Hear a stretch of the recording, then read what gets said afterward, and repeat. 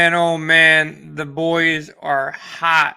Hitting home run props higher than any other rate I've seen in a long time. I actually joined the fun. Finally, I hit something. I was going to come on the show if I didn't hit a home run prop because everybody else is hitting it. I hit Goldschmidt, but the real winners today, our guy Dave hit Framil Reyes and Vladdy Guerrero. He goes 2 for 2 on the show yesterday.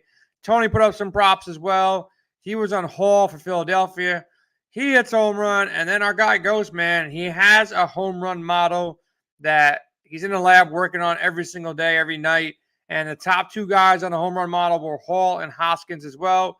They both homers. So if you followed any of our home run props on any part of our site or in Discord or on Twitter, you definitely made some money on Tuesday.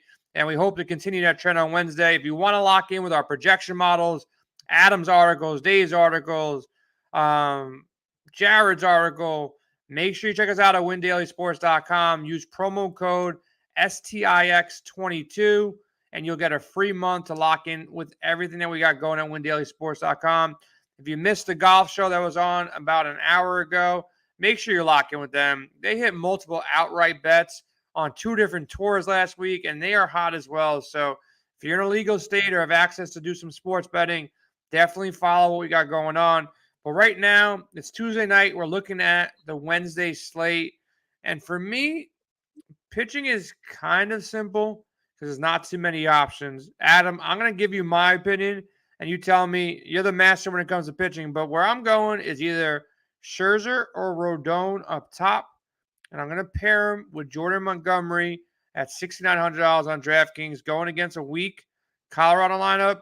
I don't know why the Yankees traded this guy, to be totally honest with you. I don't know what they see in Bader, but Montgomery's a good lefty.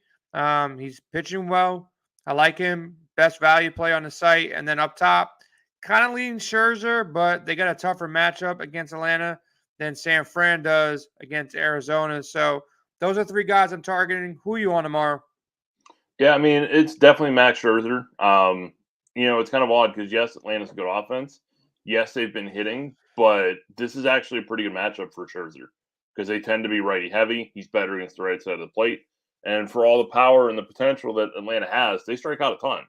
There's a reason that Scherzer almost scored 40 DK 2 starts ago against this Braves offense. Yes, that was at home. No, I'm not penciling him into the lineup expecting 40 DK, but you kind of know that's still a possibility. I mean, Max has been that good this year when he's been on the mound. And with the bad luck they've suffered with injuries these past 2 starts, whether he's at his best or not, I can't see him throwing under 100 pitches tomorrow. Like, it's going to happen. They need some length because Walker and Carrasco both left really early with injuries. Like, they need him. They need a sharp outing from him, and he knows that. You know what I mean? Like, this is a big game for them. They're looking like they're going to lose again. It's hard to not want to go back Scherzer and just about everything tomorrow. Yeah, I'm watching a game right now. They're down 4-0. Acuna scores. Mets struggling right now a little bit. They finally get healthy with DeGrom, and now every starting pitcher is going down. McNeil has an injury. Escobar, Guillermo's gone. So they have like 5 injuries that hit them all at once. But luckily, they have a big enough lead that I think they'll be able to withstand it.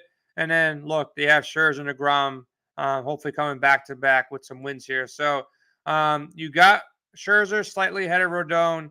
I'm assuming you may be with me in Montgomery. Anybody else in between? Because I looked around, kind of struggled to see anybody in between those lineups. It really is. I mean, Framber Valdez probably has a good start. Does he have a start that scores enough to justify 10-3? And it's dicey to me. I know, like I said this last time, and he made me look stupid. He went out and he struck out eight Rangers. He scored 32. But this guy still averages under 20. Now you're into the 5 digits. His K rate's under 23%. His ground ball rate's fantastic. It's 67%. I'm not paying 10-3 for ground balls. I need strikeouts at that point. I mean, look at Justin Verlander last night. He had like 2 or 3 strikeouts, through 4 or 5 innings. He barely broke 10 DK points. You can't afford to not get strikeouts at this level. This is kind of what happened the last time that we talked when we were on together, because Tony Gonzalez is on the same slate. he's going to get ignored again because everyone's going to pitch Scherzer. Everyone who doesn't pitch Scherzer is going to pitch Rodon. I think Gonsolin came in 5% the last time we talked. I wouldn't be surprised if it's the exact same thing. Is it a much tougher path for him to outscore those other two? Yes. Is it possible? Yeah, it is, because Gonsolin has been that good. He has a big red flag that his xFIP is about a run and a half higher than the ERA, which is a concern, no doubt. But at 5%, if the pitching's super concentrated, which I expect on this slate, he's still worth a shot, especially if you play 20 max, something like that. I wouldn't do it in single entry or something like a format like that, because I think it's probably going to be Scherzer and Montgomery pretty much across the board. I would assume that's going to be the cash log. I certainly don't mind that in GPP either. I mean, you saw what Quintana was able to do. I think Montgomery's a little bit better than Quintana. He really hasn't thrown a cutter yet as a Cardinal, which it's not his best pitch. It's not like one of his most used pitches anyways. But if they kind of eliminate that and it's just sinker curve change, I think that might be probably his best possible outcome. Yeah, the other guy I'll mention too is Cal Quantrill, 7,000 going against Detroit, 7 Ks in his last start, against a good Toronto team. No earned runs in the last 2 starts, the last 13 innings. He's pitched well enough against Detroit at 7K to hit value too. 14.2 in 2 starts, 10 innings, 12 hits allowed, 3 earned runs, 9 Ks. So he's not a bad value if you want to come off the potentially chalky Montgomery and maybe go to Quantrill. I think that's a decent spot. If somehow information comes up and Contreras has no pitch count, we were pitching this guy when he came out early out of Pittsburgh, but I'm assuming he's going to be on a pitch count. Boston's still fighting, for a playoff spot, so they're going to be pesky there. So not really in love with Contreras. Look, Kopech went out last time we did this show. He had 11 Ks, but it's a different team. Detroit versus Houston, totally different team. He got kind of lit up versus Houston the first time out. Only got 6.5 DraftKings points, so probably off that. Now, switching it over to the stacks, going Scherzer or Rodon with Montgomery or, a Quantrill leaves you with some, value needed. I think Texas is in a great spot. They have multiple guys in the 2K range that you can pair with Semien and Seager that round out a nice little 5-man stack. So you got guys like Tavares at 2,600, Josh Smith, make sure he gets the start. He's 2,000. Jonah Heim, 3,600. Even Semien is cheap at 4,300. And then Seager is at 5,100. Seager, I'll give a big hint. That's going to be my first home run call of the night. I think Corey Seager, he's due. Last time I picked him, I think he went over or didn't hit a home run. So he owes me a home run. He hit a home run 3 games ago, but not when I picked him. So I'm going to go with Seager as my first home run call. How do you like Texas? If it's not Texas, who do you like as far as stacks go? Oh, let's back up for 1 second, because I am completely with you on the Rangers. As far as Contreras goes, I don't think he's going to be on any major pitch count. Okay. He wasn't in AAA for that reason. He was in AAA to avoid the Super 2 status, because the Pirates, like any other major league team, will manipulate service time to no end. And I can't believe that we're still at this point. I don't understand how the union allows him to do it. It's ridiculous and it's asinine. But I don't think he's going to have a huge pitch count restriction. And, I mean, if you look at last night, okay, Mitch Keller went out first inning, got shelled, but his velocity was down like 4 miles an hour across the board. I think something was pretty wrong with him. When you're looking at these Red Sox, yeah, they are technically still in the fight. But, man, over the past 30 days, they have the second highest K rate, and they're 19th or lower in OPS, WRC+, WOBA, and on base. So I think Contreras is actually a pretty nice value play here, especially if Montgomery's pretty chalky. And the only other guy I'll throw out, a little bit crazy, you got to be a little bit nuts, but Rich Hill at 6,100. Ooh. Listen, Rich Hill's not that great. I get it. His pitch count's probably going to be limited to about 80. He's on his way back from injury. But the Pirates strike out the second most versus lefty pitching. We've seen this all season long. Even bad to average lefties can get something done against this Pirates lineup if they pitch with their left hand. 6,100, again, I don't think he'll get a lot of traction because Montgomery's going to be that guy. But this game I actually think might be I don't want to say a pitcher's duel, but I think it offers two decent value plays. As No, I far get as it. the Rangers, I'm totally with you. I did have Seager written down for my home run pick. So last time that happened with me and Tony was Nice. Manny Machado, and he went yard. So hopefully that's a good sign for us. I'm glad I got that in before you stole it. I would have been screwed.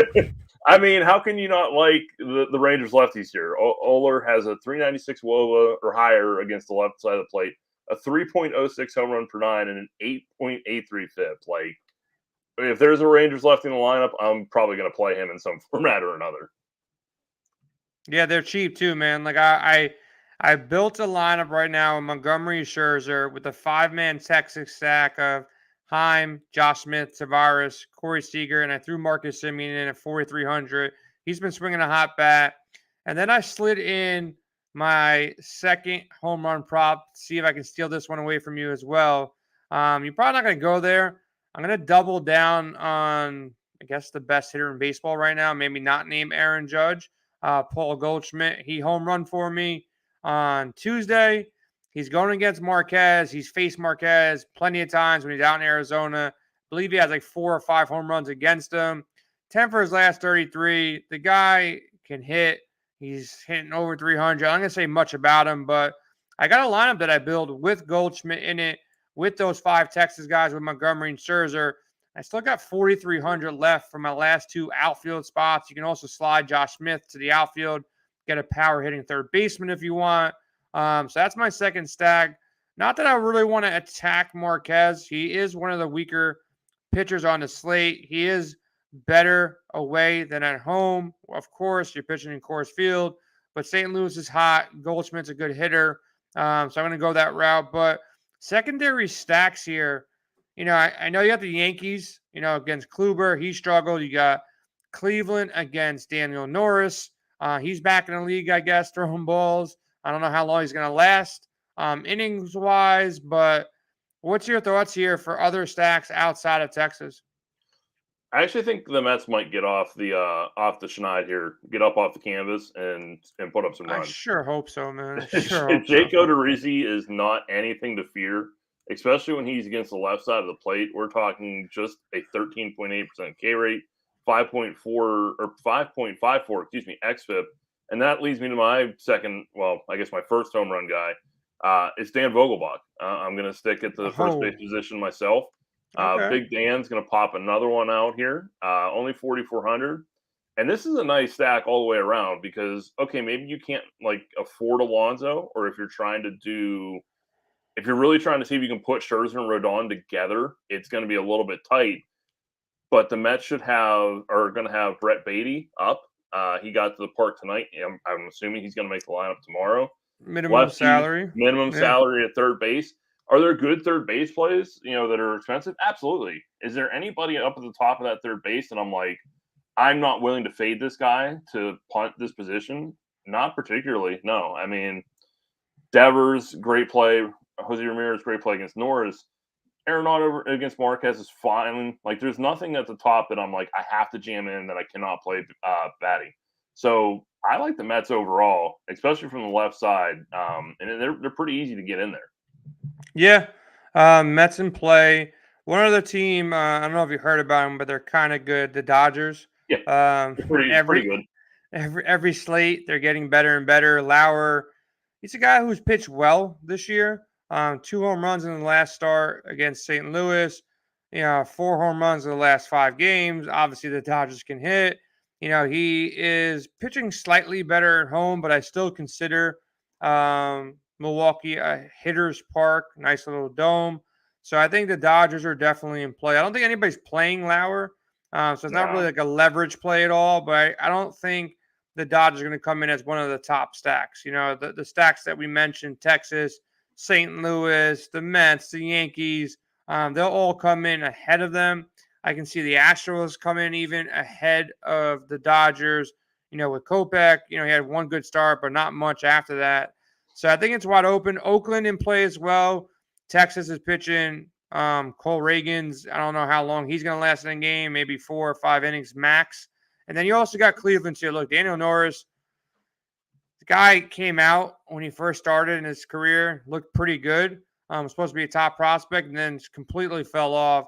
He's Yeah. pitched 16 innings at home, 16 earned runs, 16 innings away, 7 earned runs, 7 home runs, and 32 innings pitched. He's a guy that you can attack. He had 1 start in August. He hasn't started a game prior to July 16th, and he was pitching bullpen games. So this may be a bullpen game for Detroit. So Cleveland is definitely in play as well. I gave you my 2 home runs. It's Goldschmidt and Seager. Who is your second guy? You went off the limb. I'm going to look tomorrow and see what Vogelbach is. He's got to be probably maybe 750. It's going to be heavy odds. You're going to get some nice odds on Vogelbach. So who do you have as your second pick? Yeah, it should be a nice return if he actually does leave the yard. And I mean, I'm kind of flying by the seat of my pants here because I didn't think you'd steal mine on a 9-game slate. Mookie Betts. You want to go a little Mookie? I'm going to go with, let's see, who do I want to attack Michael Kopech with? You can go Tucker Alvarez. You could go with some Jonah Heim on Texas. He's got 1 home run in his last 10 games. You know what? 12 home runs on a year. I think I'm going to stick with Tucker. He's actually heating up finally. I mean, he already coached your fantasy teams for the season, but 343 average, OPS over 1,000 and 2 dongs in the last 10 games for him. Kopech gives up a ton of fly balls. He scores against lefties. So instead of taking the expensive guy, I'll stick with Tucker at 4,500. Yeah, Tucker's been heating up, like you said. He's still got 21 home runs on the year, 76 RBIs. He will be, effective in the playoff run that Houston will have. So I like that call, lefty on Kopech.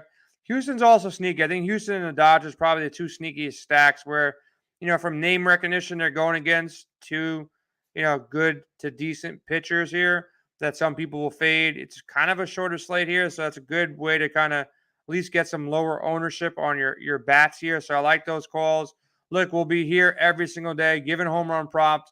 I can't guarantee that we'll nail every single home run prop, go 3 or 4, or Tony going 2 or 2, or Dave going 2 or 2. But even if you go 1 for 4 on home run props, you typically, pull a profit here.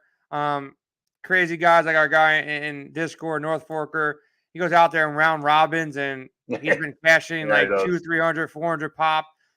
So make sure you check out the home run model too. This home run model has been crushing every single day. Ghost is in the lab using it. So make sure you check out the home run model. It'll be up on WinDailySports.com. It refreshes every single morning. Make sure you lock in with that. And if you don't have a membership to get gold access to our projections or expert chat, use promo code STIX22. That'll get you a free month of service. You get our season-long rankings. You get Nick's cash game article is a month out early. That's pretty crazy to see. So we have so much NFL content on the way, projection models, prop models on the way for NFL as well. So stay tuned. We got so much more coming at you. Have a good Wednesday. Prepare for your golf lineups. They'll be talking golf all night in Discord chat today and tomorrow. And then also make sure you check out their YouTube channel with their DraftKings show, man. They had a great show today, calling outrights, first-round leaders. So we'll be back tomorrow with MLB. Good luck with the MLB and golf lineups tomorrow.